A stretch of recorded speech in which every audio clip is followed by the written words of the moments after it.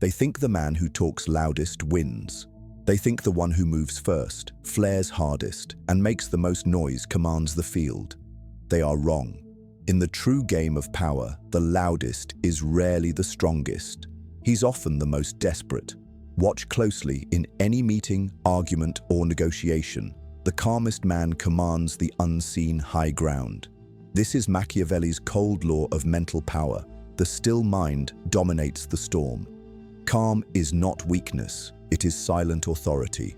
Most men lose it in seconds. A flash of anger, a twitch of impatience, a careless word, and they've traded their advantage for a moment's release. They let others dictate their pace, pull their strings, set their rhythm. But you will not. You will hold your own clock in your hand. You will let silence work for you and let stillness bend the room to your favor. Every pause will sharpen the weight of your next word. Every measured breath will signal that you answer to no one's urgency but your own. When others expect fire, you will give stone. When they demand a reaction, you will offer stillness so unshaken it unsettles them. This is not passivity, this is dominance in its purest form. The man who remains calm is the man no one can move. Comment below, "My silence is my weapon." This is where your transformation begins. Number 1. Breaking emotional reflexes. Most people live as hostages to their own impulses. They believe emotions are something to express, when in truth, emotions are signals to be understood, not commands to obey.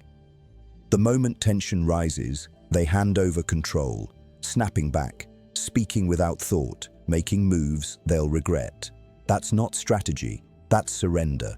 When the pace quickens, you will slow it down. When the volume rises, yours will drop to a level so controlled it forces others to adjust to you. If they try to rush you, you will stand as if time itself has to wait. This is how you fracture the chain of emotional reflexes, the automatic responses that keep men predictable. Instead of reacting, you will observe. You will read every gesture, every pause, every shift in tone.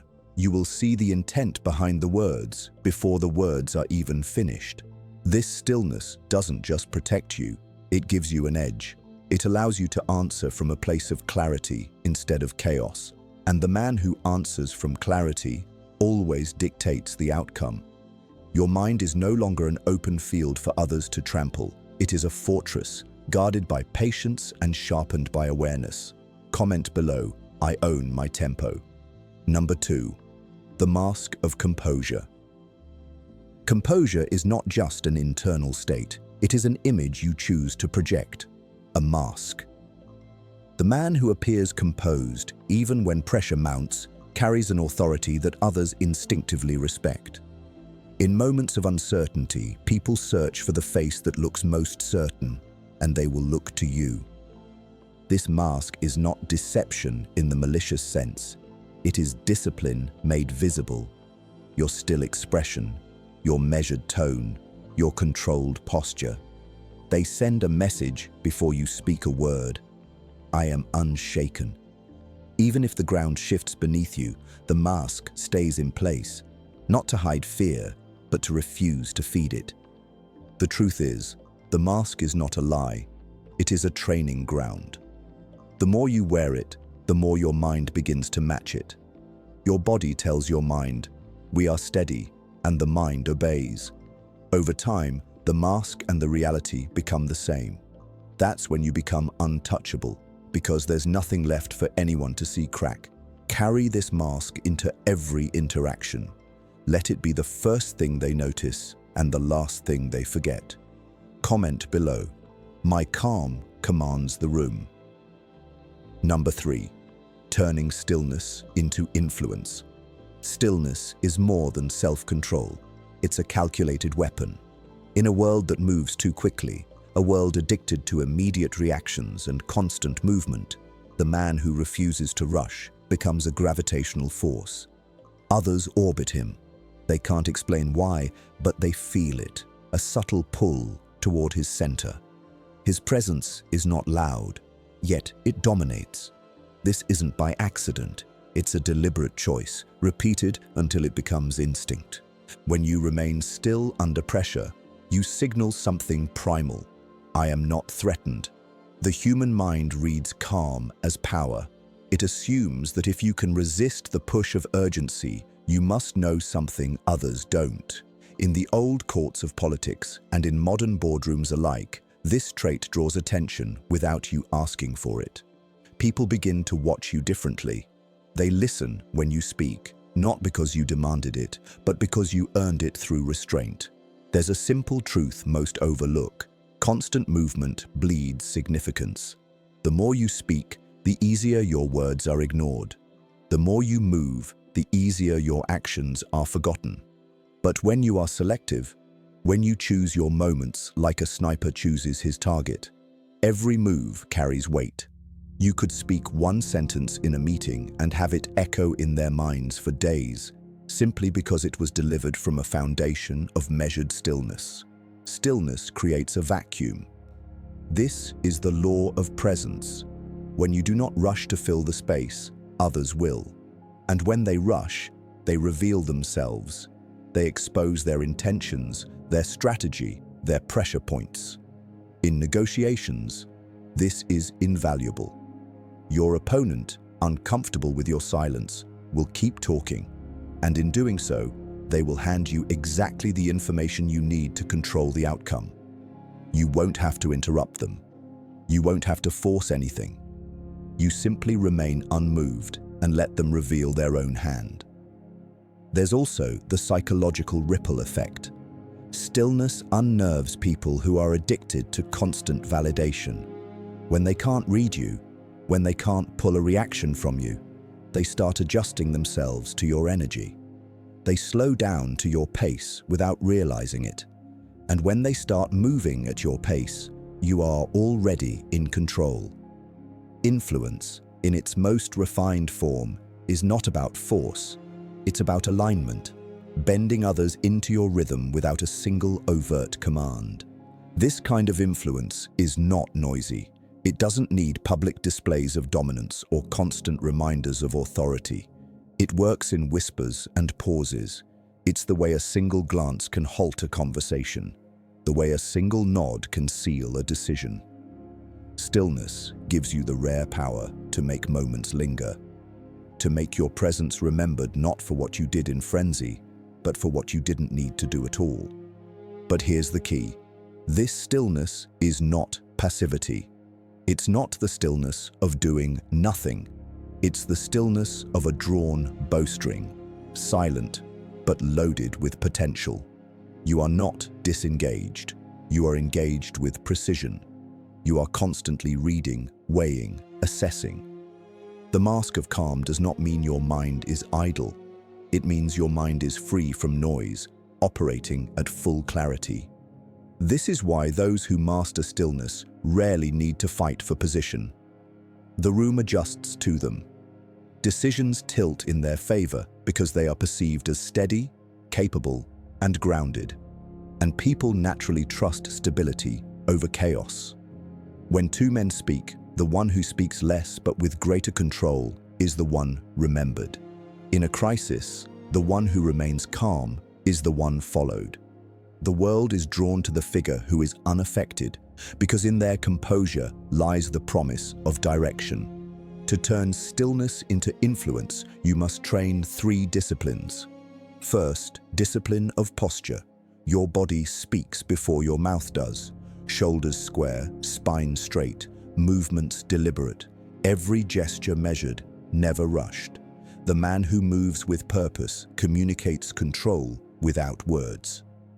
Second, discipline of tone. Your voice is the carrier of your authority. A calm, steady tone under pressure makes people lean in rather than push back.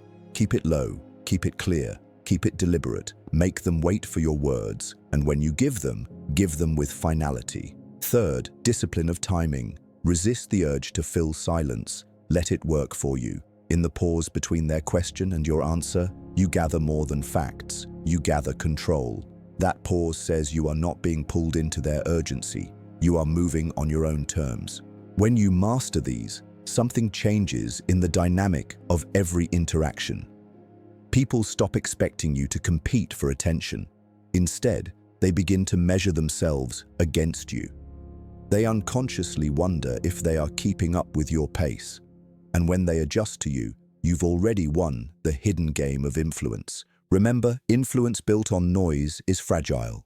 Influence built on stillness is permanent. Noise demands constant repetition. Stillness echoes without you needing to repeat it. The former burns you out. The latter renews your position each time you show up.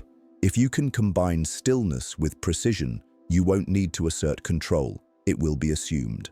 Others will seek your approval not because you demanded it, but because your approval now carries value. They will read deeper into your silences than they do into other people's speeches. And when you choose to speak, they will already be listening. This is not about creating a false image. It's about becoming so centered that the image and reality are one. When your internal calm matches your external composure, you cannot be shaken by noise, provoked by impatience, or manipulated into someone else's tempo. You are no longer a participant in the chaos. You are the still point that chaos breaks itself against. That is the art of turning stillness into influence. It is the slow burn that outlasts every flare of temporary power, and once mastered, it becomes the silent engine of your authority in every arena you enter. Comment below. My calm shapes the outcome. Number 4. The discipline of emotional detachment. Emotional detachment is not coldness for its own sake. It is clarity preserved at all costs. It's the ability to stand inside a moment without being consumed by it. Most people cannot separate themselves from their feelings. They let excitement rush them into mistakes or let frustration cloud their judgment. They react before they think, and they decide before they see the full board. Detachment changes that. It puts a space between stimulus and response, a space where strategy lives. When something challenges you, you don't meet it head-on with raw emotion. You meet it with analysis. You take a step back, mentally, even if only for a breath, and you ask, what is actually happening here? What's my advantage? What's my next best move? That gap between feeling and action is where control is born. This does not mean ignoring emotions. Emotions are signals. They reveal opportunities, threats, and truths about yourself. But you treat them as advisors, not dictators. You hear their message, then you decide the course. Detachment is the skill of letting emotions inform you without letting them steer you. In practice, this looks like not rising to provocation. If someone pushes your buttons, you don't push back. You watch. You let their energy play out, because every extra word and gesture from them gives you more data. It looks like making decisions based on patterns and probabilities rather than pressure and impulse. It looks like refusing to let praise make you complacent or criticism make you unstable. The man who is emotionally detached can negotiate harder, lead longer, and endure more, because his mind is not dragged up and down by the moods of the moment. People sense this stability. They trust it. They adjust to it. They begin to lean on it in times of uncertainty. That's when your influence expands. Not because you're trying to dominate, but because your steadiness naturally attracts reliance. Detach, and you'll see the game more clearly. Detach, and you'll notice the move no one else saw because they were too busy feeling. Detach, and your calm becomes a lens that cuts through the fog others live in every day. Remember, you are not your feelings. You are the one who decides what those feelings mean. The world will try to pull you into constant reaction. Refuse it. Let your mind be a place where decisions are made from strength, not from heat. That is the discipline of emotional detachment, and once you master it, your composure stops being an act and becomes your nature. Comment below. I decide what moves me. Number 5. The strategic pause. The strategic pause is the weapon most people never think to use, yet it's one of the most subtle, most effective ways to shift the balance of power in your favor. Most people think strength is about constant action, about answering immediately, about striking fast. They believe speed equals control. They are wrong. Sometimes, the most powerful move you can make is to wait. The pause is not hesitation. Hesitation is born from uncertainty. The pause is deliberate. The pause is a choice. The pause says, I decide when the game moves forward, not you. And in that space between their action and your next move, everything changes. When you pause in conversation, you do more than break the rhythm. You take ownership of it. Most interactions follow an unspoken pace, a back-and-forth volley where each side feels compelled to respond without thinking. By breaking that chain, you insert a moment of stillness where there was none. In that stillness, you see the entire exchange more clearly. And here's the truth. People reveal more in silence than they ever do in speech. When you do not fill the gap, they will. They will explain more than they need to, clarify points that didn't need clarification, and sometimes even contradict themselves. The human mind finds emptiness uncomfortable, so it rushes to fill it, and that rush exposes what they didn't intend to share. The pause has another effect. It magnifies your presence. When you speak instantly, even if your answer is sharp, it feels reactive. But when you allow a calculated moment before you respond, your words gain weight. They no longer sound like reflex, they sound like judgment. They carry the aura of having been considered. People listen differently when they believe your words have been measured. In negotiations, the pause can be lethal without ever crossing a line. Imagine they give you an offer, expecting a quick counter. Instead, you say nothing. You look at them, calm and steady. The seconds stretch. They start to wonder if they've pushed too far. And before you've said a single word, they might backtrack, soften their stance, or sweeten their terms, all to break the silence they can't bear. That's influence without force. The pause also applies to action, not just speech. In a world that glorifies being first, you will learn to be deliberate. When everyone else is scrambling to act, desperate to move, you stand still. You watch. You let the first wave of movement burn out. You see which strategies fail, which mistakes are made, and which opportunities remain untouched. Then, and only then, you move.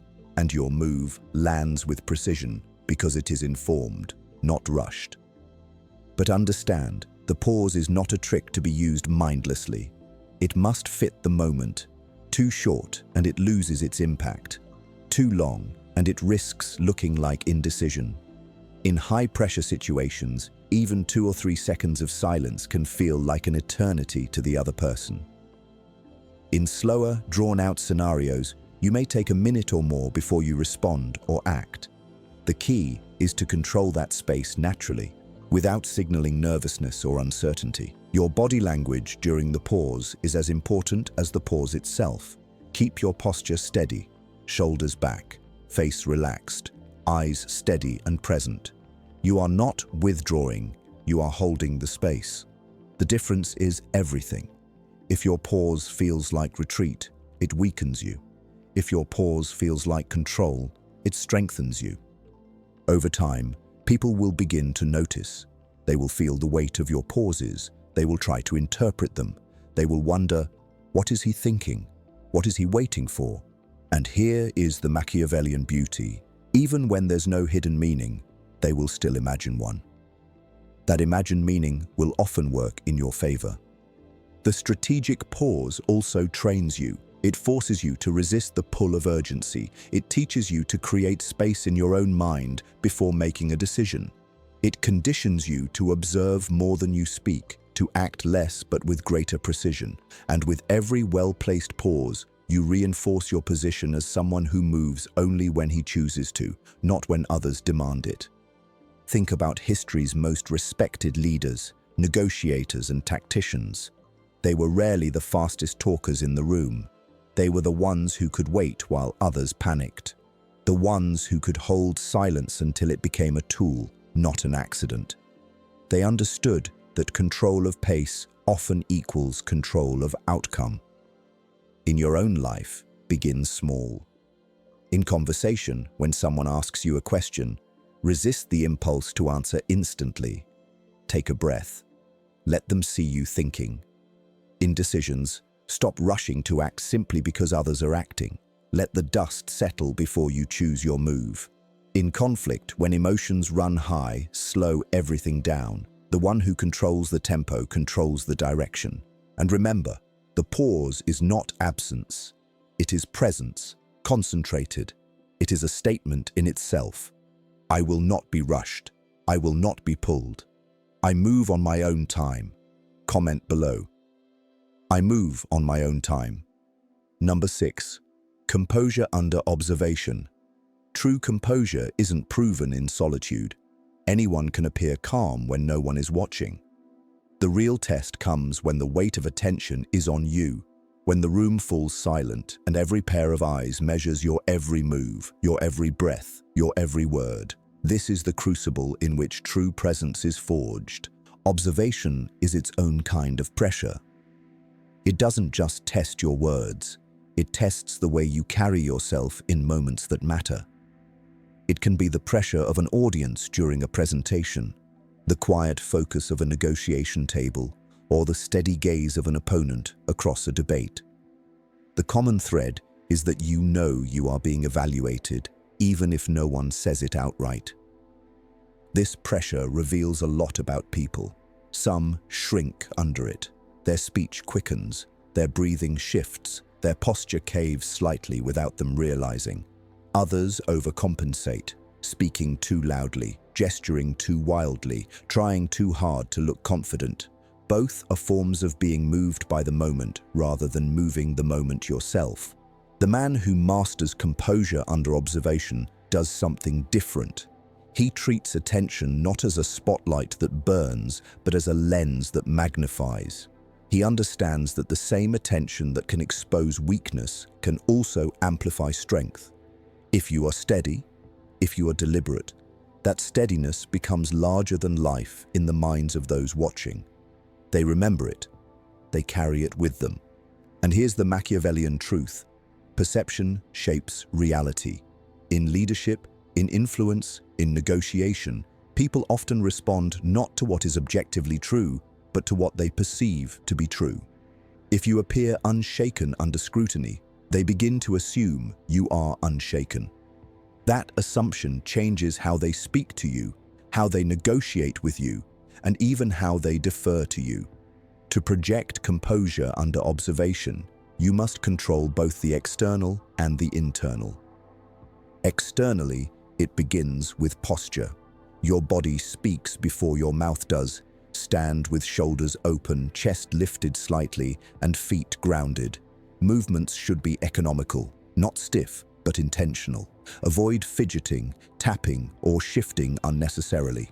Every extra movement dilutes the impression of control. Instead, let each gesture have purpose, each turn of the head be deliberate, each shift in stance be a choice. Then there's the face.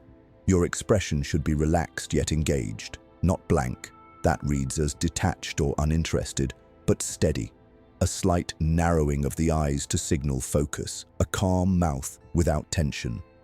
This is not about looking serious all the time, but about maintaining a baseline of control from which any change in expression is deliberate.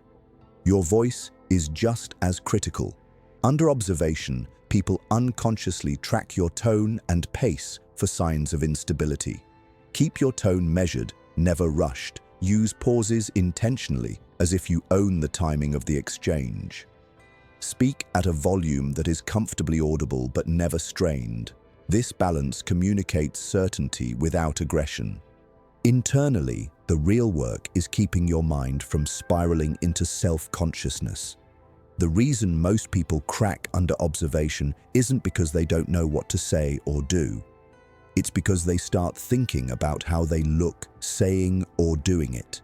That split in focus makes their delivery weaker, their presence thinner. You must reverse this.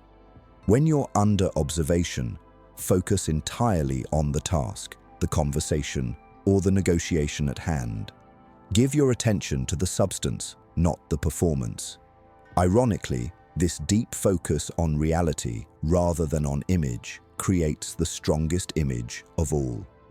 Because nothing feels more composed than someone fully engaged in the moment, unaffected by the fact that others are watching. There's also a subtle advantage to controlled composure. It disrupts expectations. Many people expect signs of stress when the pressure is on. When they don't see those signs in you, it creates uncertainty in them. They begin to question whether you know something they don't. This shift plants doubt in their own confidence and strengthens yours by comparison. Observation magnifies small things. A slight crack in tone can sound larger. A brief nervous movement can look exaggerated. But the opposite is also true. A moment of calm focus can look like iron discipline, and a measured breath can feel like unshakable control. This is why training composure under observation pays dividends far beyond the moment itself. Practice in low-stakes situations. In group conversations, slow yourself down slightly. Hold eye contact with ease, not as a challenge, but as a signal of presence. Let your gestures be intentional, not constant. If someone asks you a question, take a moment before answering. Not so long it feels unnatural, but long enough to signal you're considering your response. Over time, this will shift how others respond to you. They'll stop expecting quick, reactive answers from you and start expecting thoughtful ones. They'll notice you don't flinch under attention, and they'll interpret that as confidence, even if you're still building it internally. This perception becomes self-reinforcing. The more they see you as composed, the more composed you feel, and the cycle builds. Composure under observation is not about being emotionless. It's about not letting your emotions be dictated by the awareness of being seen. You can be passionate, intense, even humorous, but it's always on your terms, never as an involuntary reaction to the crowd or the gaze of a single individual. The key shift is this: stop seeing observation as judgment. See it as an opportunity.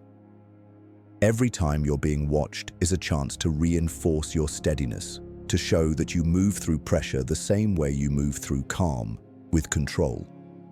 This shift in mindset removes the fear of the spotlight and replaces it with purpose. In the end, composure under observation is not just about surviving the moment. It's about owning it so fully that you set the tone for the room. Your steadiness becomes the quiet anchor everyone else orients themselves around. And once they begin to look to you for that anchor, you've gained influence without ever asking for it. Remember, the eyes on you are not a threat. They are an amplifier. Make sure what they amplify is the image of a man who cannot be rushed, cannot be shaken, and cannot be pulled off his center. Comment below, "My calm is unshakable." Number 7, the art of controlled expression. Power is not in showing nothing. Power is in showing only what you choose. Controlled expression is not about freezing your face or masking your emotions entirely. It's about deciding, moment by moment, exactly what your face, your voice, and your body communicate.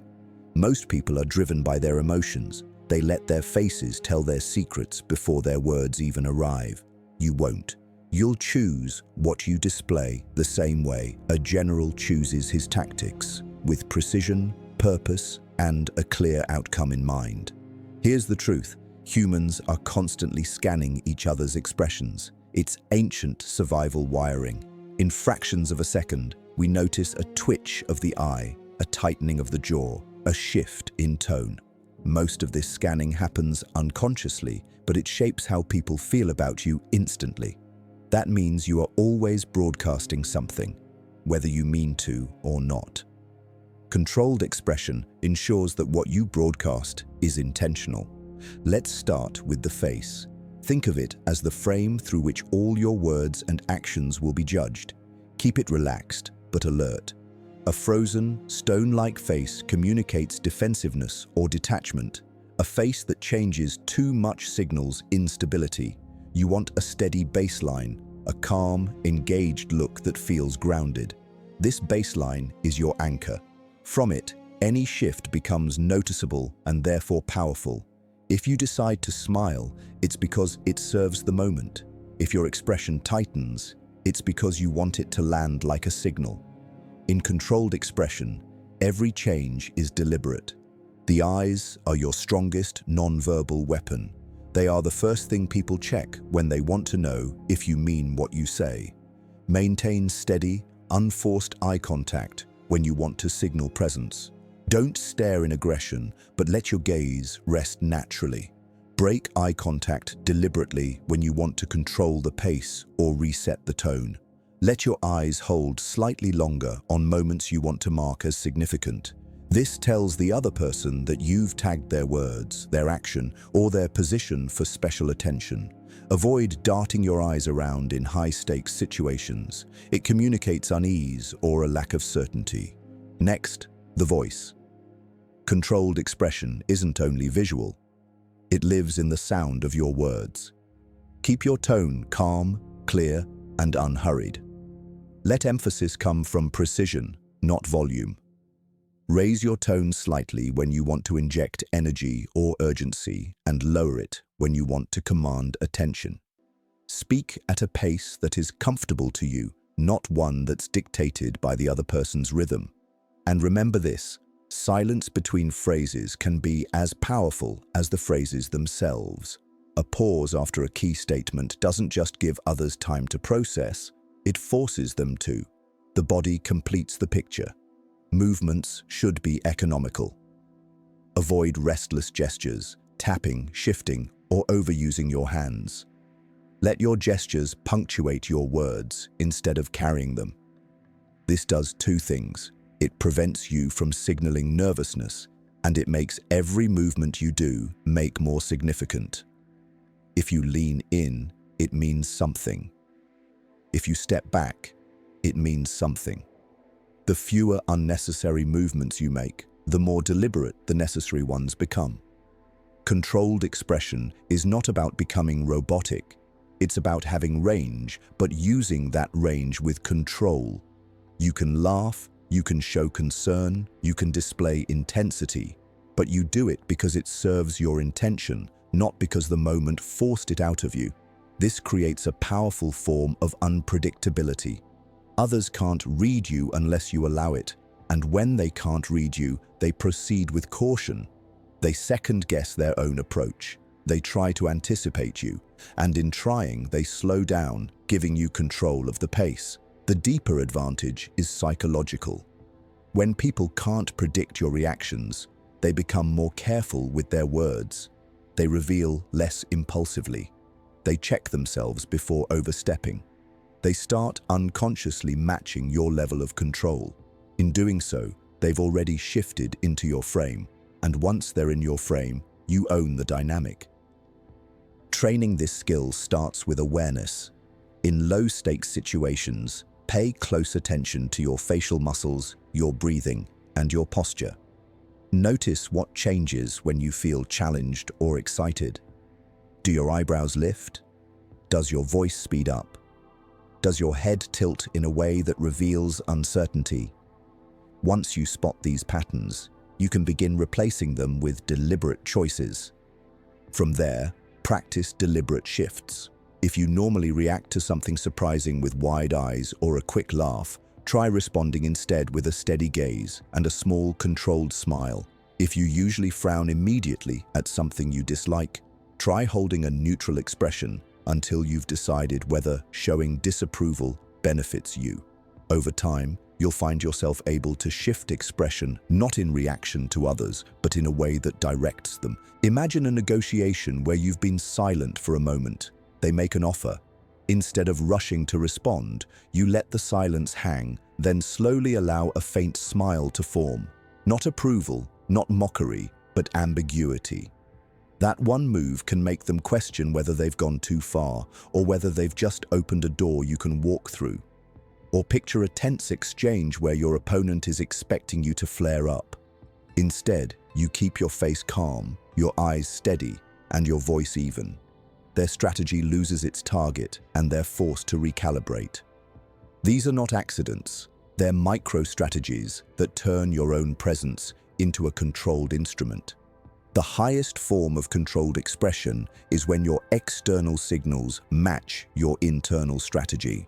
You are calm because you've trained yourself to be calm. You project certainty because you've done the work to become certain. At this point, there's no gap between the man you are and the man they see, and that's when you become untouchable in perception and reality alike. Controlled expression is subtle.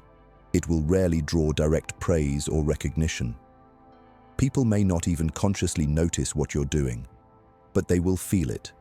They will remember that you didn't flinch, that your smile arrived at the exact moment it mattered, that your tone never lost its balance, and they will carry those impressions into every future interaction with you. This is the quiet language of authority. You're not just speaking through your words, you're speaking through the control of every visible and audible signal you send. And the better you get at choosing those signals, the more the world will respond to you with the respect it instinctively gives to those who master themselves first.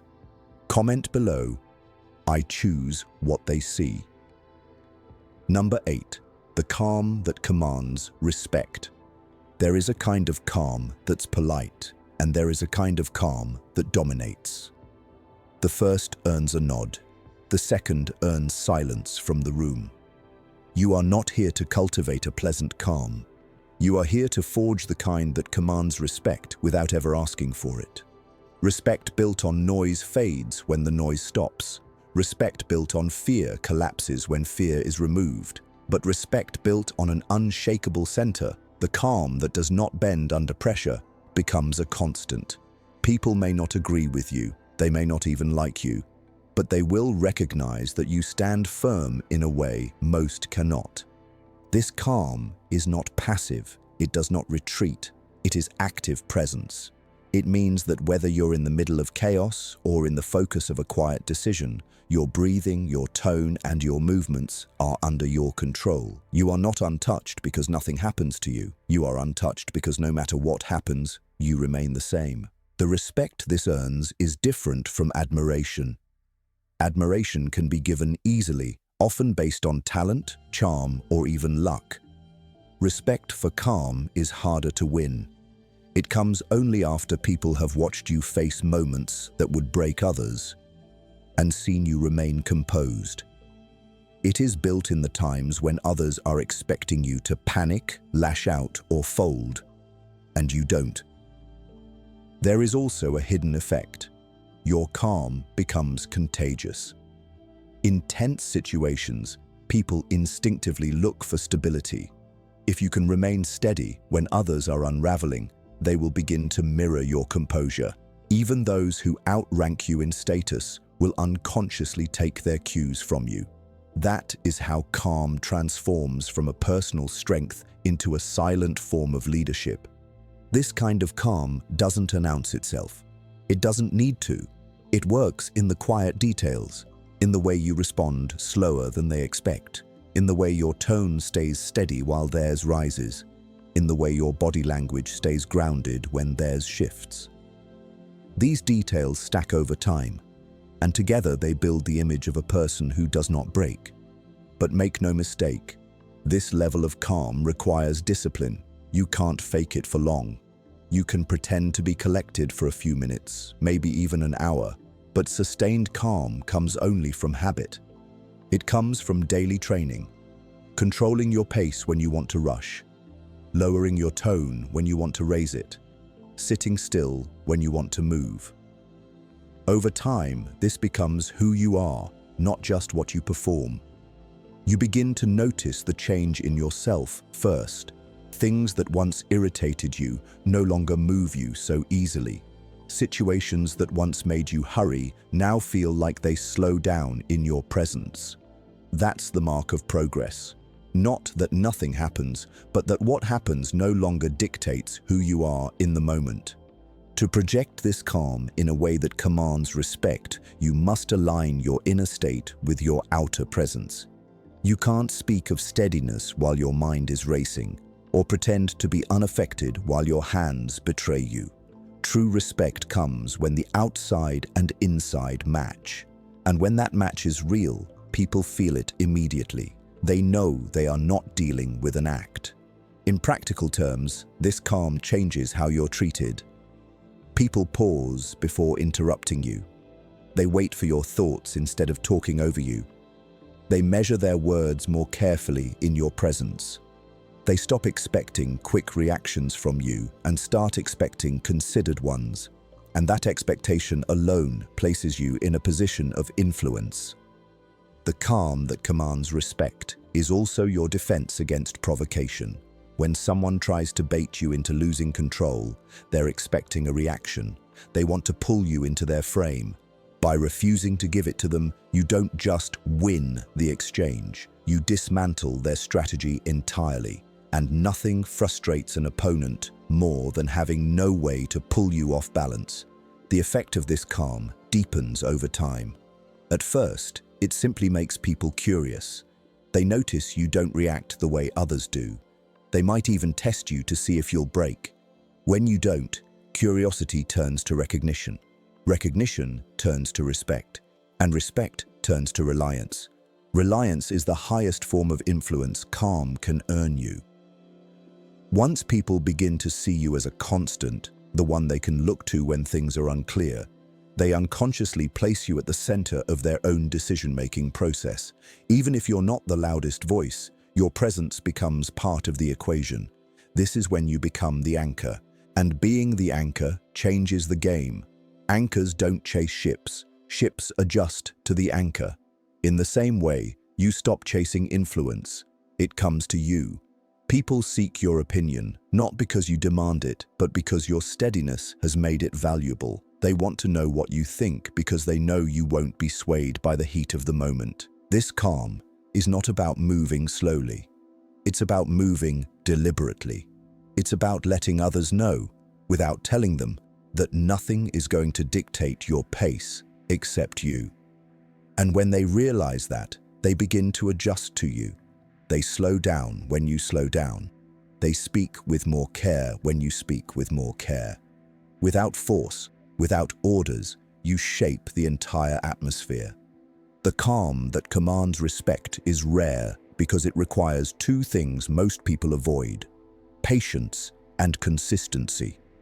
Patience to let the moment come to you instead of rushing toward it, and consistency to live this way in both small situations and large ones. If you only hold your calm when it's easy, you won't hold it when it's difficult. It's also rare because it requires you to be comfortable with silence. Calm leaders are not afraid to let the air settle. They know that stillness is not emptiness. It is a presence that fills the space without forcing it. The more you train yourself to be comfortable in these silences, the more others will look to you in them. In the end, the calm that commands respect is not about image. It's about nature. It's not a pose you strike. It's the man you've become. It's a form of power that is quiet but undeniable, subtle but immovable. You don't need to declare it. Those who have seen it will remember it. And here's the final truth. When respect comes from this kind of calm, it doesn't fade when you leave the room. It lingers. People talk about it. They measure others against it. And often, without realizing it, they start adjusting themselves to the standard you set. That is the calm you're building, one that doesn't just keep you steady, but reshapes the environment around you. Comment below. My calm is my authority.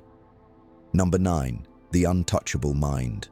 The highest form of power is not wealth, not connections, not even physical strength. The highest form of power is an untouchable mind, a mind that cannot be broken by pressure, bought by flattery, or swayed by provocation. Every lesson up to this point has been building to this.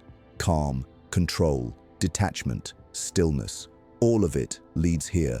An untouchable mind is not empty. It is full, but full of the right things. It holds clarity where others hold confusion. It holds patience where others hold panic. It holds strategy where others hold reaction. It doesn't shut out the world, it filters it. It takes in what is useful, discards what is not, and remains unmoved by the noise in between. This mind is built on discipline, the discipline to master emotional reflexes so you respond, not react. The discipline to wear the mask of composure until it is no longer a mask, but your true face. The discipline to turn stillness into a weapon, to let silence work for you while others rush to fill it. The discipline to detach, to observe the game without being swallowed by it. It's also built on awareness. Awareness of your own triggers, so no one can use them against you. Awareness of the pace of a room, so you can set it rather than chase it. Awareness of your own expression, so every signal you send is intentional. Awareness of the weight your calm carries, so you can use it without wasting it. When your mind becomes untouchable, you stop fearing what others think of you, not because you've grown arrogant, but because you know your worth isn't built on their approval. You stop rushing to prove yourself, not because you're complacent, but because you know the proof is in your steadiness.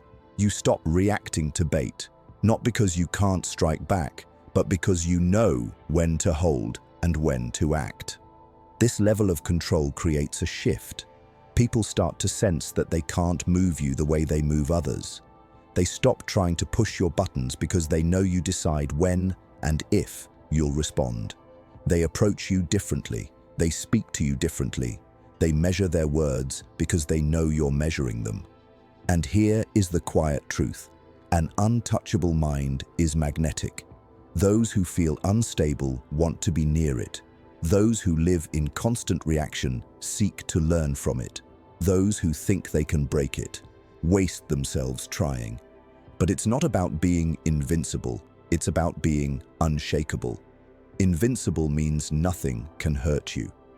Unshakable means even when something does, you remain in control of yourself. You don't need the world to be calm for you to be calm. You don't need people to be respectful for you to carry yourself with respect. You don't need circumstances to be perfect for you to be precise. This is why the untouchable mind is the ultimate form of power, because it is independent of the world, yet able to shape it. And now, I'll leave you with this. Power begins in the mind, but it shows itself in the way you move through the world. If you take every principle we've built here, the cold law of calm, the mastery of emotional reflexes, the mask of composure, the influence of stillness, the discipline of detachment, the strategic pause, the steadiness under observation, the art of controlled expression, the calm that commands respect, and you practice them until they are part of you, then nothing external can take your center. The battlefield will change, people will come and go, challenges will shift shape, but your mind will remain yours. Comment below, I am untouchable. And if you want more of this, more strategies for mastering yourself and shaping the world around you, make sure you like this video, subscribe to Psygrithm, and turn on notifications so you never miss what's next.